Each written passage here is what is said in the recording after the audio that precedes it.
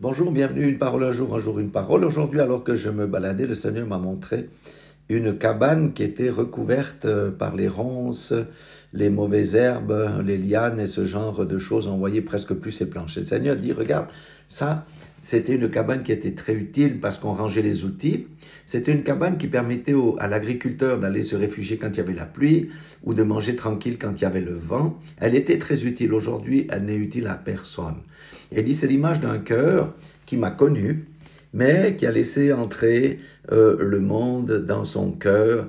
Et finalement, toutes ces choses qui sont entrées dans son cœur sont en train de le détruire ou de la détruire. Alors j'aimerais prendre une parole dans Marc 9, 43, 47, où il est dit ceci, si ta main est pour toi une occasion de chute, coupe-la. Vaut mieux pour toi d'entrer manchot dans la vie que d'avoir les deux mains et d'aller dans la géhenne, dans le feu qui ne s'éteint point. Il dit la même chose pour le pied, coupe-le. Et il dit la même chose pour l'œil, arrache-le. S'il avait mentionné la langue, il aurait dit coupe ta langue aussi. Si tes oreilles entendent des choses qui ne sont pas correctes ou qui ne glorifient pas Dieu, coupe-la aussi. Entendre les médisances et tout ça. C'est pourquoi j'ai dit prenez la hache et la machette ou la serpette pour couper ça. Car le cœur de quelqu'un a besoin d'être nettoyé. Le Seigneur offre une porte de sortie. Il peut rétablir le cœur de quelqu'un. Pour ça, il faut se repentir, crier à lui, reconnaître simplement ses péchés. Les yeux, c'est ce que nous regardons. La convoitise entre par les yeux. Regardez l'été, lorsque les filles se dénudent, les femmes se dénudent sur les terrasses, le regard des hommes, elles sont en train de boire quelque chose. Qu'est-ce qui se passe ? Ils suivent et ensuite ils font des commentaires. Non, non, non, si tu appartiens au Seigneur, ces choses-là sont du passé.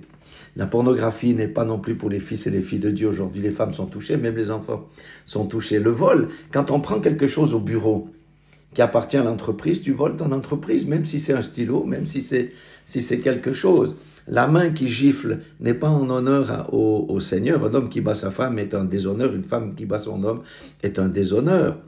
La main, comme je dis, ça peut voler aussi les pieds qui courent au mal. Donc, il y a toutes ces choses-là. Et le Seigneur nous dit, non, vous devez être radical. C'est pourquoi il faut couper, arracher. Si quelqu'un est dans cet état-là, comme la cabane dont on ne voit plus rien du tout, vous savez que cette cabane sera détruite au fil du temps. Le Seigneur ne veut pas que le cœur de l'homme soit détruit. Il veut le restaurer. Et il peut le restaurer simplement par la repentance. Confesse tes péchés à Dieu. Dis-lui que t'en as marre, que tu veux sortir de là.